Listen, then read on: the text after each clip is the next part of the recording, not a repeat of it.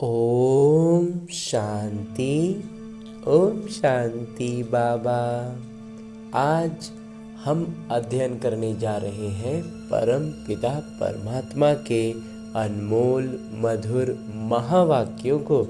और ये मुरली अमूल्य है, अनमोल है।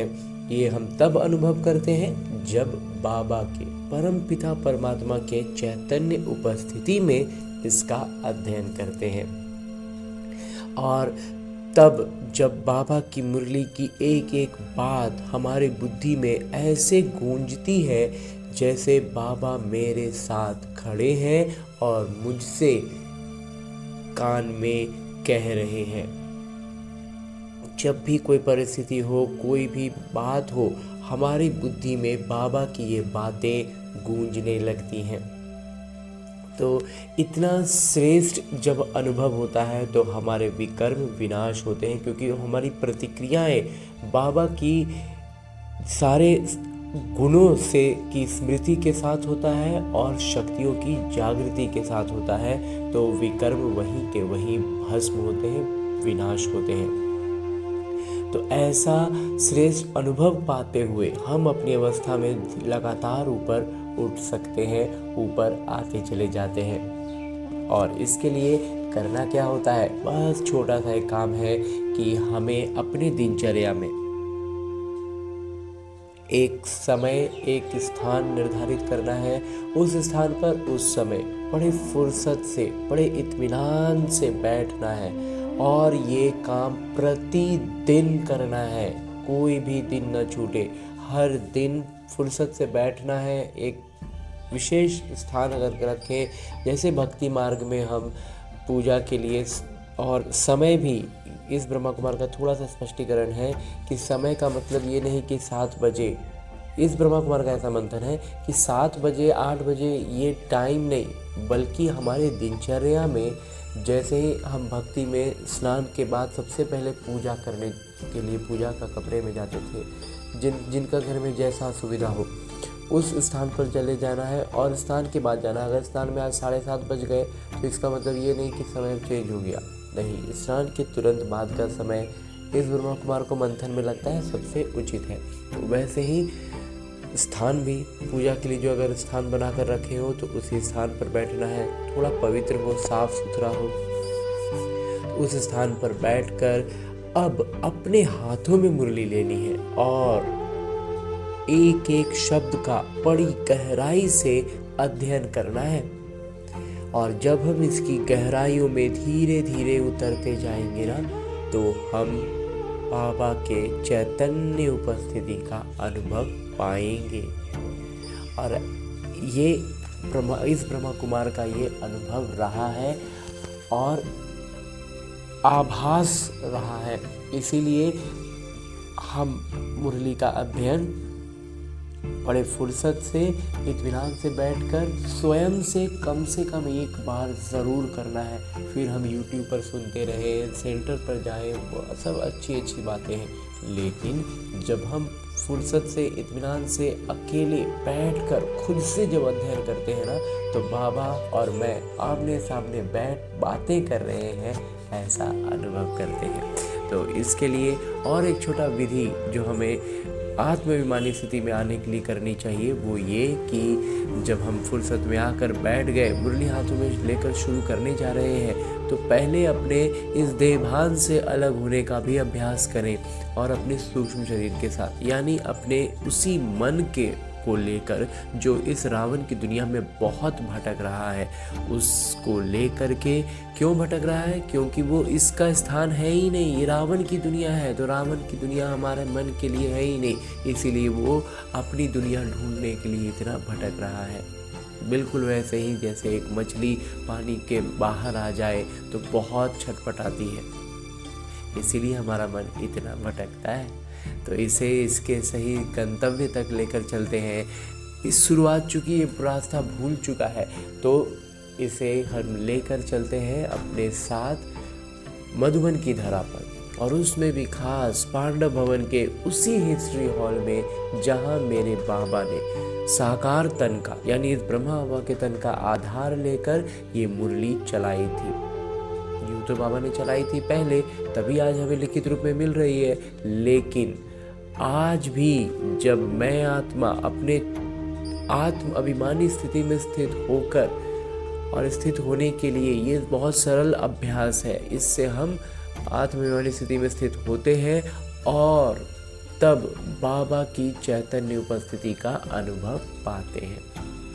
और उसकी अनुभूति का सबसे पहला पायदान ये होता है कि जैसे ही मैं आत्मा खुद को उस स्थान पर अनुभव करता हूँ, परमात्मा के सानिध्य में पहुँचता हूँ, तो मुझ आत्मा के सारे आत्मिक गुण, पवित्रता, शांति, प्रेम और सुख की भरपूरता का एहसास होता है। बाबा सम्मुख बैठे हैं, दृष्टि से मुझ आत्मा में ज्ञान, प्रकाश और अष्ट शक्तियों का प्रवाह कर रहे हैं, ऐसा भी अनुभव पाते हैं, जिससे चारों ओर आनंद का एक आवरण बन जाता है। और उस आवरण में मैं और मेरे बाबा बड़े फुर्सत से बैठ बातें करते हैं। तभी तो मेरे बाबा अपने दिल की बातें इसी मुरली में निहित करके मुझसे कहते हैं, मीठे बच्चे, जब ये भारत स्वर्ग था तब तुम घोर सोजरे में थे, अभी अंधियारा है, फिर सोजरे में चलो। तो हम जब स्वर्ग था तो हम एकदम उजाले में थे, खुशियों के उजाले में, सुखों के उजाले में थे, अभी अंधियारे में आ गए हैं। बाबा कहते हैं तो चलो फिर से उसी सोजरे में, उसी उजाले में। अंजी बाबा, साथ चलना है बाबा।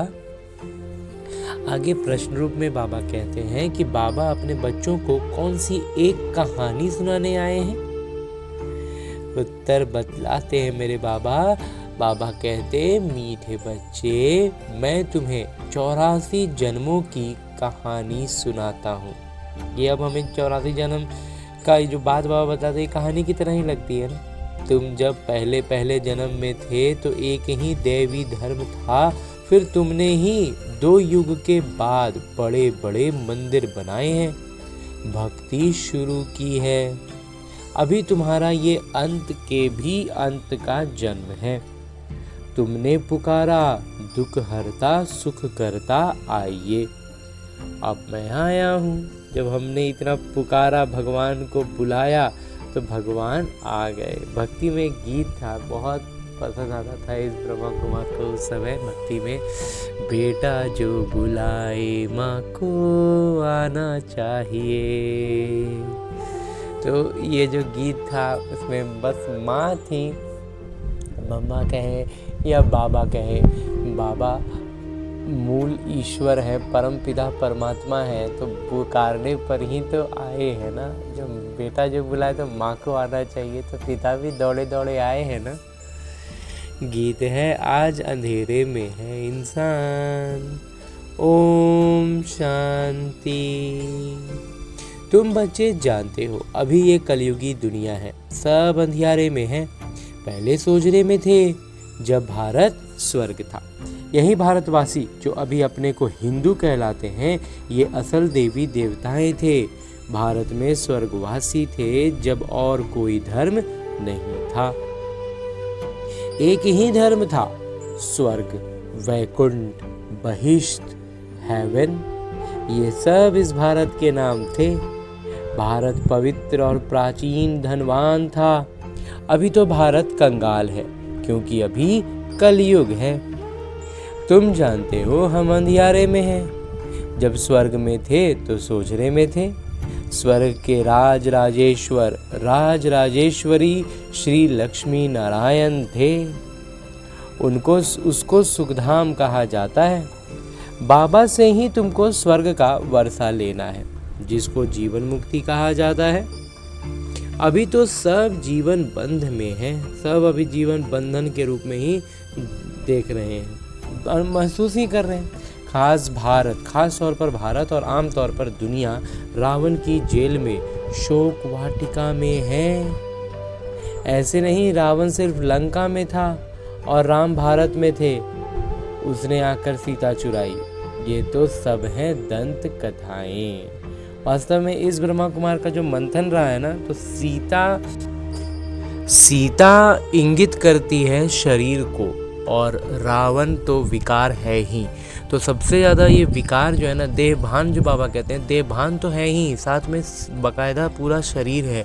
वो सब कुछ शरीर के माध्यम से ही होता है, और हमारा शरीर अभी रोगों से और तरह तरह की चीज़ों से जो उलझा हुआ है, घिर गया है, वो क्या है, वो रावण की शोक वाटिका में ये शरीर है ना।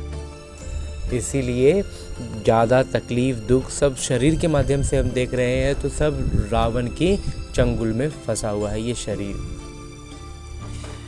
तो थोड़ा महीन स्तर पर समझने का है, मंथन करने का है। बस एक लाइन में ये बात कहने की, इस बात को ब्रह्मा कुमार के मंथन में जो चली है उसको बतलाए।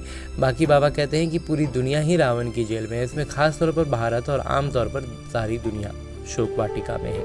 ऐसे नहीं रावण सिर्फ लंका में था और राम भारत में थे और उसने आकर सीता चुराई, नहीं, पूरे विश्व की बात है ये, और ये हर एक आत्मा के शरीर और आत्मा की बात है। ये तो सब है दंत कथाएं। तो इसीलिए क्या हो रहा है, शरीर विपरीत दिशा में चल रहा है, शरीर के हिसाब से सब कुछ अलग हो जा रहा है, उल्टा चल रहा है। क्या हो रहा है, प्रकृति से बिल्कुल विरुद्ध चल रहे हैं ना, और आत्मा का जो गुणवत्ताएं हैं उससे बिल्कुल विपरीत हो गई है। आत्मा से एक तरह से तो अपने आप को भूल गई है, तो अलग हो गई है। आत्मा और शरीर एकदम अलग अलग, महसूस ही नहीं करते कि ये मैं आत्मा हूँ जो इस शरीर को चला रही हूँ। तो ये सारी चीज़ें आध्यात्मिक स्तर पर समझ में आ सकती हैं। ये तो सब है दंत कथाएं। गीता है मुख्य सर्वशास्त्रमयी शिरोमणि श्रीमद्, अर्थात भगवान की सुनाई हुई है भारत में। बाबा कहते हैं, जो कहते हैं ना श्रीमद् सर्वशास्त्रमयी शिरोमणि श्रीमद्, उसका बाबा अर्थ बतलाते हैं कि भगवान की सुनाई हुई है भारत में। मनुष्य तो कोई की सदगति कर नहीं सकते, एक मनुष्य दूसरे मनुष्य का सदगति थोड़ी कर सकता है।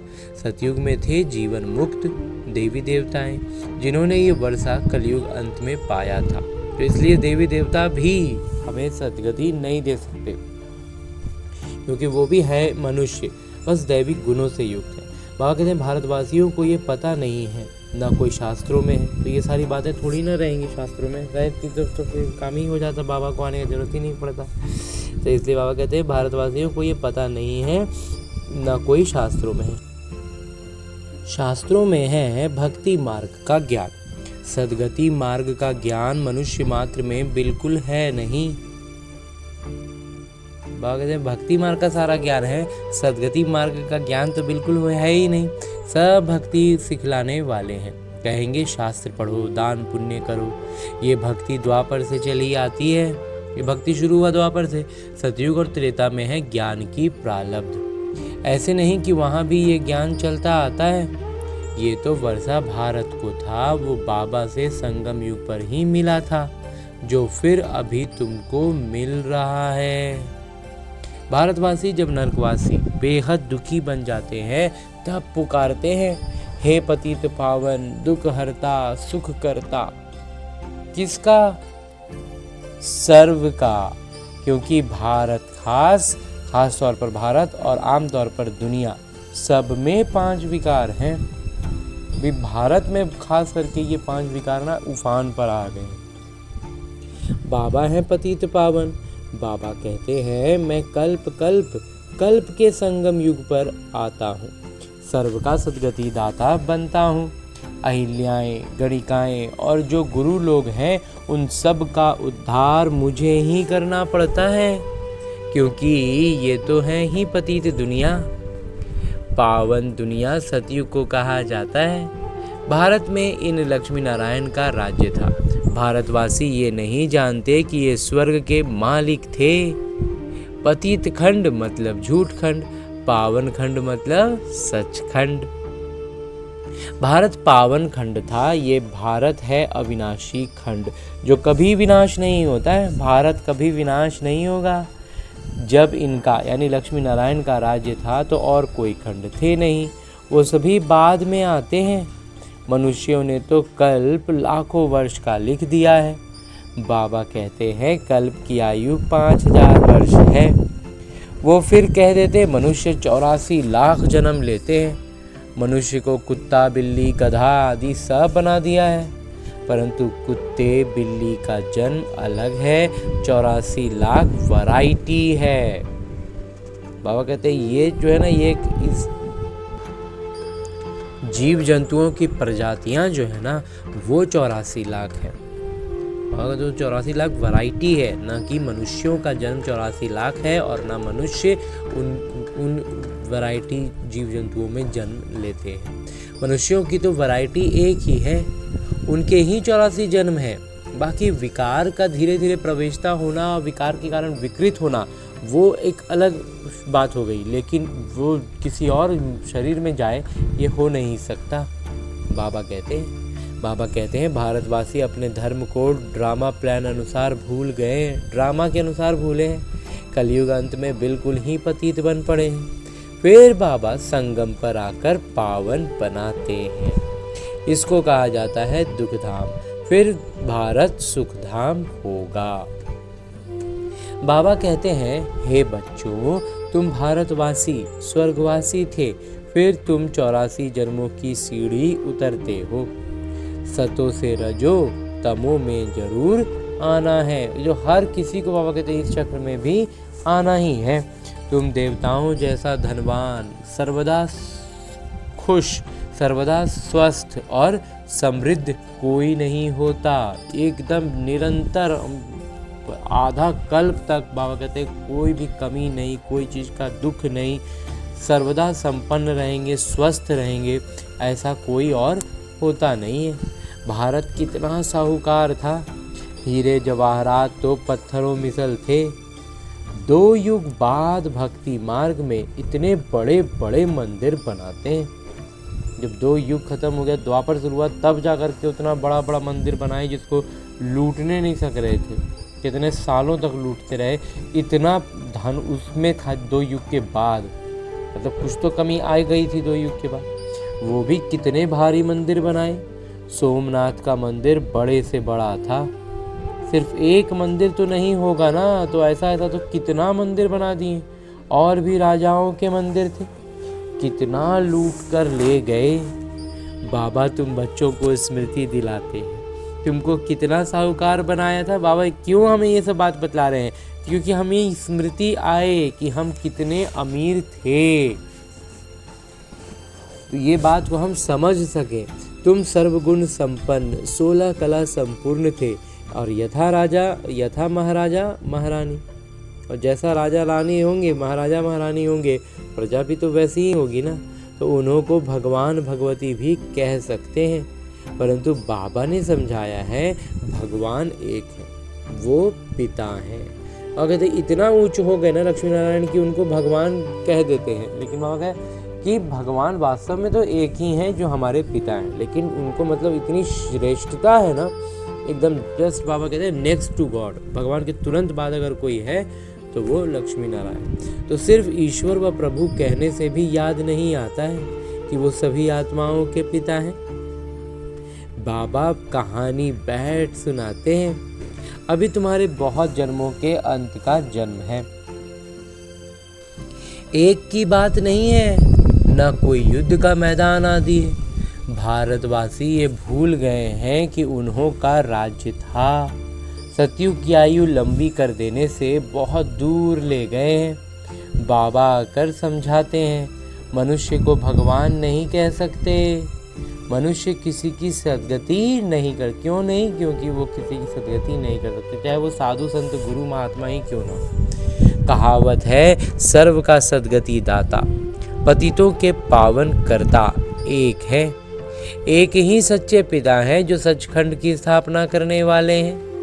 पूजा भी करते हैं, परंतु भक्ति मार्ग में तुम जिसकी पूजा करते आए हो, एक की भी बायोग्राफी को नहीं जानते। और कहते जितनों की भी पूजा हमने भक्ति में की ना, किसी के भी विस्तार से हम उनके बारे में कुछ जानते नहीं हैं। इसलिए बाबा समझाते हैं, तुम शिव जयंती तो मनाते हो ना, बाबा है नई दुनिया के रचयिता, हेवनली गॉड फादर, तो बेहद सुख देने वाले। सतयुग में बहुत सुख था, वो कैसे और किसने स्थापन किया? ये बाबा ही बैठ समझाते हैं।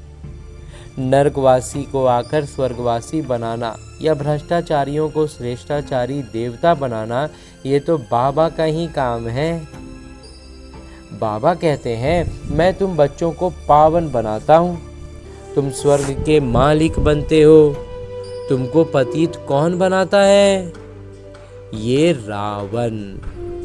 मनुष्य को कह देते दुख भी ईश्वर ही देते हैं। मनुष्य जो क्या है ना, अज्ञानता में क्या कहते हैं कि सुख दुख सब भगवान ही देते हैं। इसीलिए तो भगवान को दुख में पुकारते हैं कि आकर के हमारा दुख वाला जो चीज़ दिए ना भगवान उसको हटा दीजिए।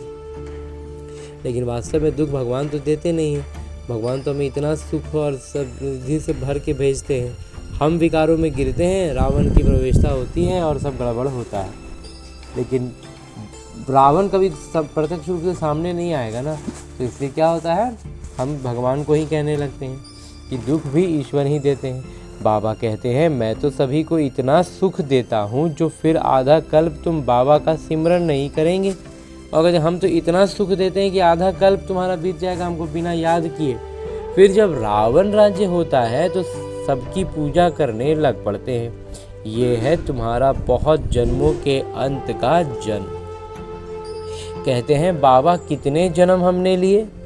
बाबा कहते हैं मीठे मीठे भारतवासियों, हे आत्माओं, अब तुमको बेहद का वर्षा देता हूँ। बच्चे, तुमने 84 जन्म लिए हैं, अभी तुम 21 जन्म के लिए बाबा से वर्षा लेने आए हो। सभी तो इकट्ठे नहीं आएंगे, अब ऐसा भी तो नहीं होगा ना कि तुम सब कोई एक साथ आए। तुम ही सतयुग का सूर्यवंशी पद फिर से लेते हो, अर्थात सच्चे सत्य पिता से, सत्य नर से नारायण बनने का ज्ञान सुनते हो। नारायण की कथा जो भक्ति में कहते हैं वो अलग था, यहाँ बाबा कहते हैं सत्य नर से नारायण बनने का ज्ञान सुनते हैं। ये ज्ञान, ये है ज्ञान, वो है भक्ति। तो जो पहले सुनते थे वो क्या थी? भक्ति। शास्त्र आदि सब है भक्ति मार्ग के लिए, वो ज्ञान मार्ग के लिए नहीं है। ये है स्पिरिचुअल रूहानी ज्ञान। सुप्रीम रूह बैठ ज्ञान देते हैं। सर्वोच्च आत्मा, परम आत्मा बाबा, मेरे बाबा सम्मुख बैठ के हमें इतना विस्तार से सब चीज़ ज्ञान देते हैं। बच्चों को देही अभिमानी यानी आत्माभिमानी बनना पड़े। अपने को आत्मा निश्चय कर मामेकम याद करो, बाबा समझाते हैं।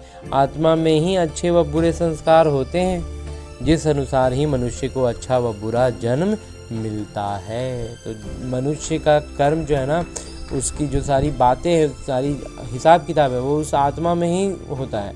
और उसी के अनुसार अगर वो शरीर छूटता है पुराना, तो नया शरीर जो मिलता है उसी अनुसार तैयार होता है, वैसा ही जन्म मिलता है।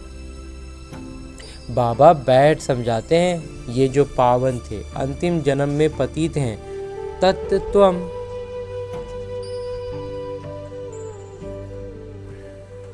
मुझ पिता को इस पुरानी रावण की दुनिया, पतित दुनिया में आना पड़ता है।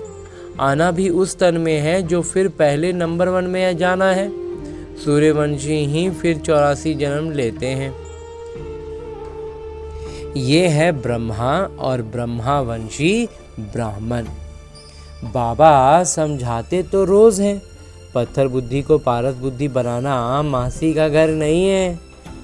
हे आत्माएं, अब देही अभिमानी बनो, आत्माभिमानी स्थिति में आओ। हे आत्माएं, एक पिता को याद करो और राजाई को याद करो। देह के संबंध को छोड़ो। बाबा कहते हैं एक बाबा को याद करो और अपना स्वर्ग का राजाई पद को याद करो, बस वही सबकी याद में रहना है, बुद्धि उधर ही लगानी है। इस देह के संबंध को बाबा कहते हैं छोड़ो। मरना तो सभी को है, सबकी वानप्रस्थ अवस्था है। एक सद्गुरु बगैर सर्व का सद्गति दाता कोई हो नहीं सकता। बाबा कहते हैं हे भारतवासी बच्चों, तुम पहले पहले मेरे से बिछड़े हो। गाया जाता है आत्माएं परमात्मा अलग रहे बहुकाल। पहले पहले तुम भारतवासी देवी देवता धर्म वाले आए हो, और धर्म वालों के जन्म थोड़े होते हैं। सारा चक्र जैसे फिरता है सो बाबा बैठ समझाते हैं। ये चक्र कैसे कैसे घूम रहा है ना, ये सारा ज्ञान बाबा हमें बैठकर फुर्सत से समझाते हैं। जो धारण नहीं करा सकते हैं उनके लिए भी बहुत सहज है।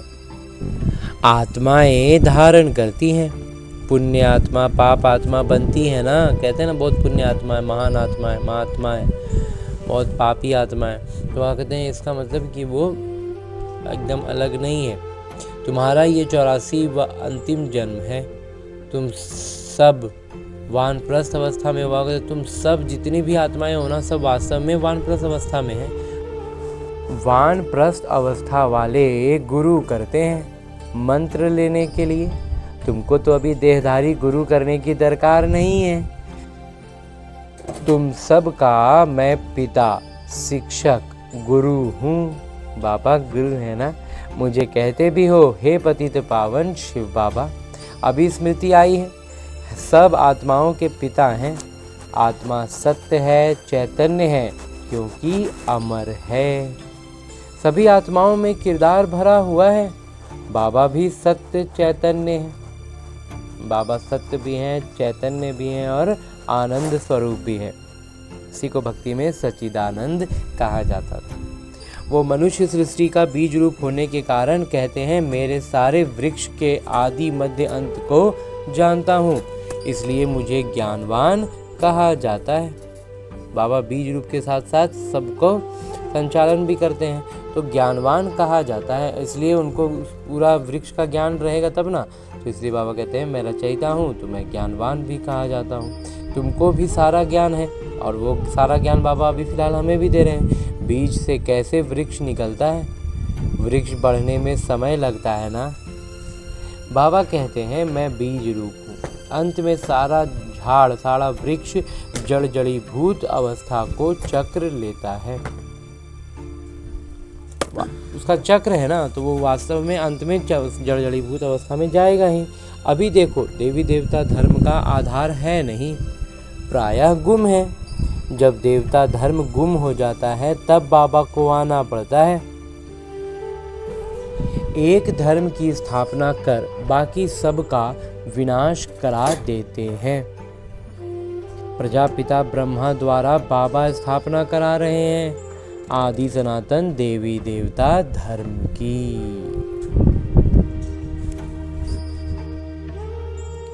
ये भी सारा ड्रामा बना हुआ है। बाबा कहते हैं ये पूरा सब कुछ जो है ना, ये भी ड्रामा में बना हुआ है। इनकी एंड होती नहीं, इसका अंत नहीं होता है। अंत सृष्टि चक्र घूमता ही रहेगा। रात हुई है, दिन होगा। बाबा आते हैं अंत में। जब सृष्टि के आदि मध्य अंत का ज्ञान सुनाना है तो जरूर संगम पर आएंगे। तुम्हारा एक पिता है, आत्माएं सभी भाई भाई हैं। मूल वतन में रहने वाली उस एक पिता को सब याद करते हैं। दुख में सिमरन सब करें। रावण राज्य में दुख है ना। बाबा कहते दुख में सिमरन तो सब करेंगे क्योंकि रावण राज्य में है और रावण राज्य में तो दुख है। यहाँ सिमरन करते हैं तो बाबा सबका सद्गति दाता एक है। उनकी ही महिमा है, जिस नाम जिस रूप से कर रहे हैं, लेकिन वास्तव में सद्गति दाता दुख हरता तो वही एक मेरे बाबा हैं। उनकी ही महिमा है। बाबा नहीं आए तो भारत को स्वर्ग कौन बनावे।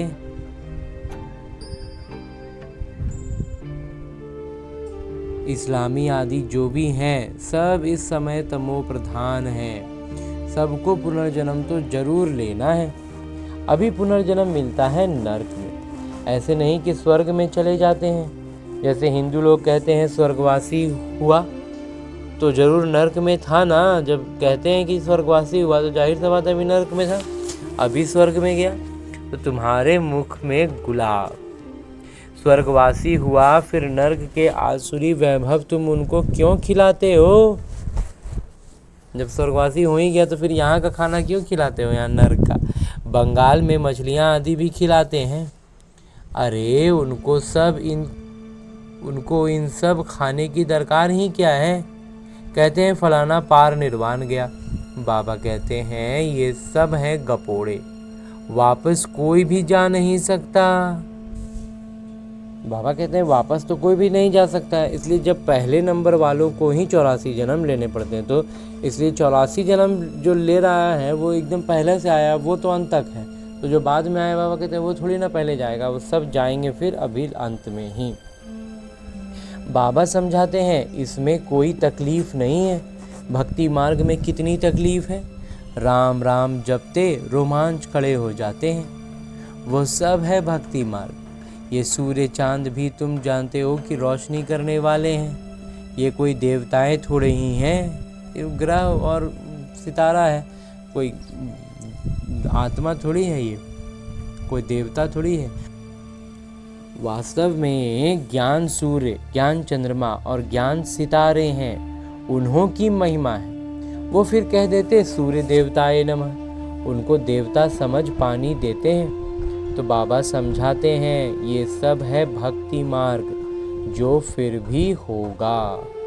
पहले होती है अव्यभिचारी भक्ति, एक शिव बाबा की, फिर देवताओं की, फिर उतरते उतरते अभी तो देखो टिवाटे पर जहाँ 3 रास्ते मिलते हैं भी मिट्टी का दीवा जलाएं। अब चौराहे पर, चौक चौराहे पर भी दिया जलाते हैं ना, होली में और वो सब में, दिवाली में। बाबा कहते हैं ये सब भी क्या है, पूरी तरह से भक्ति में एकदम अंधेरा में कर रहे हैं काम।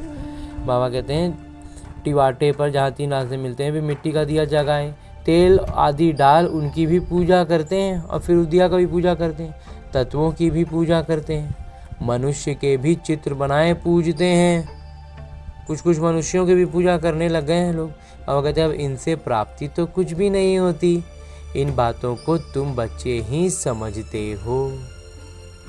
हाँ जी बाबा, अच्छी तरह से अब समझ में आता है बाबा। अच्छा, मीठे मीठे सिकिलते बच्चों प्रति माता पिता बाबा का याद प्यार और आशीर्वाद। रूहानी बाबा की रूहानी बच्चों को नमस्ते। हम रूहानी बच्चों की ओर से रूहानी माता पिता को याद प्यार और प्रणाम। धन्यवाद बाबा, धन्यवाद। मुरली के लिए भी धन्यवाद, और इस अनूठे अलौकिक ब्राह्मण जीवन के लिए भी बहुत बहुत बहुत धन्यवाद बाबा, बहुत धन्यवाद।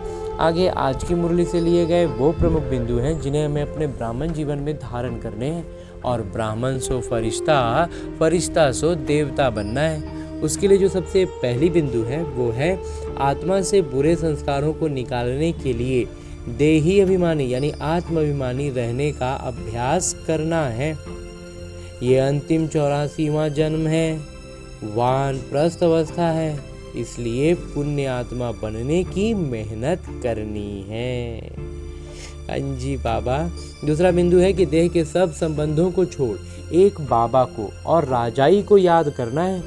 बीज और वृक्ष का ज्ञान सिमरन कर सदा हर्षित रहना है। हमें अब खुशी में लहराते रहना है। अब हमें भगवान मिल गए, हम स्वर्ग में जा रहे हैं। इस पुरानी दुनिया के बारे में कुछ भी सोचने की ज़रूरत नहीं है। अब कहते हैं ना, जो कुछ दिख रहा है सब खत्म होना है। आगे मेरे बाबा वरदान दे रहे हैं। वरदान देते हुए मेरे बाबा कहते हैं, उपराम और एवर रेडी बन, बुद्धि द्वारा अशरीरीपन का अभ्यास करने वाले, सर्व कलाओं में संपन्न भव। आज बाबा हमें सर्व कलाओं से संपन्न होने का वरदान दे रहे हैं। बाबा कहते हैं हमें उपराम रहना है, यहाँ किरदार में उलझना नहीं है, किरदार से एकदम उपराम, और एवर रेडी, एकदम बुद्धि रहे कि बस चलना है। बाबा कहते हैं ऐसा बुद्धि जो रहेगा ना, तो अशरीरीपन का अभ्यास हम कर पाएंगे। और जब हम उस सुदृढ़ बुद्धि से जब हम अभ्यास इसका करते हैं अशरीरीपन का अभ्यास कैसे करना है, उसके लिए आज बाबा युक्ति है वास्तव में दे रहे हैं।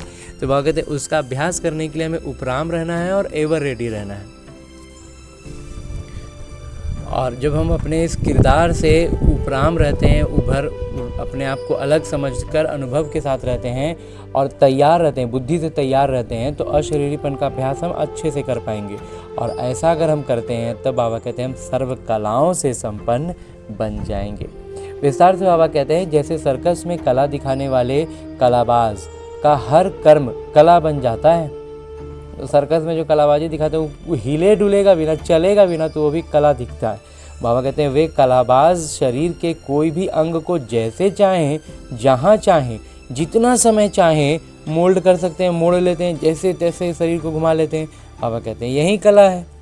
आप बच्चे बुद्धि को जब चाहो, जितना समय जहाँ स्थित करना चाहो वहाँ स्थित कर लो, यही सबसे बड़ी कला है। इस एक कला से 16 कला संपन्न बन जाएंगे। बाबा कहते हैं ये मूल कला आ गई ना, फिर तो 16 कला बन ही जाना है। इसके लिए ऐसे उपराम और एवर रेडी बनो जो ऑर्डर प्रमाण एक क्षण में अशरीरी बन जाओ। युद्ध में समय ना जाए, नहीं जाएगा बाबा, युद्ध में समय नहीं जाएगा।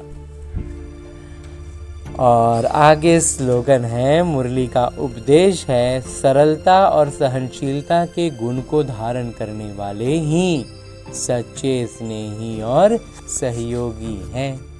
अगर सरलता को और सहनशीलता का गुण को धारण करने वाले ही हम कौन हैं? स्नेही हैं और सहयोगी बच्चे हैं।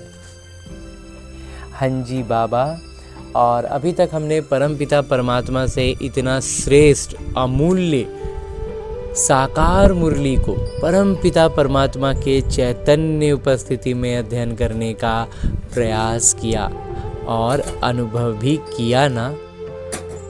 अब मेरे बाबा इसी अव्यक्त स्वरूप में स्थित रहकर एक इशारा भी देते हैं कि इस अव्यक्ति मास में बंधन मुक्त रह जीवन मुक्त स्थिति का अनुभव करो। और ऐसा करने के लिए बाबा हर दिन हमें अलग अलग इशारे दे करके इसकी स्पष्टता को बढ़ाते हुए आज जो इस इशारा बाबा दे रहे हैं वो है कि जो परमात्मा ज्ञानी बच्चे हैं, जो परमात्मा को जान चुके बच्चे हैं, उन्हें ज्ञान का फल मुक्ति और जीवन मुक्ति का वर्षा संगम पर ही प्राप्त होता है। अभी ही हम उसकी अनुभूति में आ जाते हैं ना। ज्ञान अर्थात समझ, हमारा बिलीफ सिस्टम कहें, हमारा समझदारी का जो स्तर होता है वो होता है ही वही ज्ञान से जब ओतप्रोत होगा तो हम इस मुक्त बाबा परमात्मा के परिचय को से परिचित होंगे, उनके अनुभव में रहेंगे, उनके सानिध्य में रहेंगे, तो हमारी सारी गुणवत्ताएं, सारी शक्तियां जागृत होंगी और उसी का फल स्वरूप हमें मुक्ति का और जीवन मुक्ति का वर्षा इसी संगम पर प्राप्त होगा। और कहते हैं समझदार हर कर्म करते हुए सदा स्वयं को बंधन मुक्त सर्व आकर्षणों से मुक्त बनाने की समझ रखता है। जो समझदार बच्चा है ना, वो बाबा कहते हैं स्वयं को कोई भी कर्म करते हुए बंधन से मुक्त महसूस करेगा, आकर्षणों से मुक्त बना के रखेगा। उनके हर संकल्प, बोल, कर्म, संबंध और संपर्क में मुक्ति, जीवन मुक्ति की अवस्था रहती है, जिसको न्यारा और प्यारा कहते हैं। और कहते हैं उनका हर संकल्प, हर बोल, हर कर्म, संबंध और संपर्क में जो भी कभी कहाँ जहाँ जिस भी किरदार में रहें, जिस भी समय अवस्था में रहें, उनका हमेशा हर संकल्प, हर बोल जो है वो जीवन मुक्ति की अवस्था में रहता है। और उसी को बाबा न्यारा और प्यारा कहते हैं। हाँ जी बाबा। और अब हमने परमपिता परमात्मा का इतना श्रेष्ठ ज्ञान मुरली को उनकी चैतन्य उपस्थिति में अध्ययन किया, उनसे वरदान प्राप्त किया। इशारे अव्यक्त रूप में स्थित होकर बाबा ने जो इशारा दिया उसे भी जान लिया। अब हमें करना क्या है? हमें अपने इस लक्ष्य को याद रखना है कि हमें लक्ष्मी नारायण बनना है, विश्व महाराजा बनना है। तो करना क्या है? इन सारी ज्ञान की बातों को वास्तविक जीवन में अपनाना है। और ये वास्तविक जीवन भी कहना एक तरह से गलत होगा, क्योंकि ये जो मेरा लौकिक जीवन है ये बस और बस मेरे अभ्यास के लिए है। उसका एक अभ्यास पुस्तिका है जिसमें आने वाली हर परिस्थिति मेरे लिए एक प्रश्न है, और उस प्रश्न का मैं कितना आत्माभिमानी स्थिति में रहकर उत्तर देता हूँ, उस पर अपनी प्रतिक्रिया देता हूँ, वही निर्धारित कर रहा है कि मैं अपने लक्ष्य के कितने करीब पहुँच रहा हूँ। तो इसके लिए अभी फिलहाल हमें लौटना है अपने इस स्थूल शरीर में, अपने इस किरदार, जहाँ मुझे न केवल अपने सारे आत्मिक गुणों की स्मृति रखनी है बल्कि अष्ट शक्तियों की जागृति रखनी है। और उन अष्ट शक्तियों को इस ब्रह्मा कुमार ने अपने मंथन से इस क्रम में सजाया है कि सबसे पहले हमारे भीतर ज्ञान के बाद जो शक्ति जागृत होती है वो होती है सहन शक्ति। जब हम ज्ञान की महीन बातों को नहीं समझ पाते हैं, कुछ स्पष्ट नहीं हो पाता है, या जहाँ पर भी जिस भी परिस्थिति में हम स्पष्टता में थोड़ा भी उलझते हैं तो अगर लेकिन निश्चय पूरा होता है तो हम सहन शक्ति की जागृति के साथ हर परिस्थिति को पार कर पाते हैं। उसके बाद जो जागृत होती है वो होती है परखने की शक्ति और उसी के साथ साथ निर्णय करने की शक्ति। अब निर्णय क्या करना है? निर्णय करने के लिए हमारे पास 5 शक्तियाँ हैं कि हमें इन 5 में से कौन सी शक्ति का इस्तेमाल करना है। तो इसमें सबसे पहले इस ब्रह्मा कुमार को लगता है कि है समेटने की शक्ति। समेटने की शक्ति का अर्थ है, इस ब्रह्मा कुमार का मंथन रहा है कि सबसे पहले जो आती है वो है समेटने की शक्ति। समेटना क्या है? अपने उन पुराने संस्कारों को जो रावण के प्रभाव में बने हैं। दूसरा है समाने की शक्ति।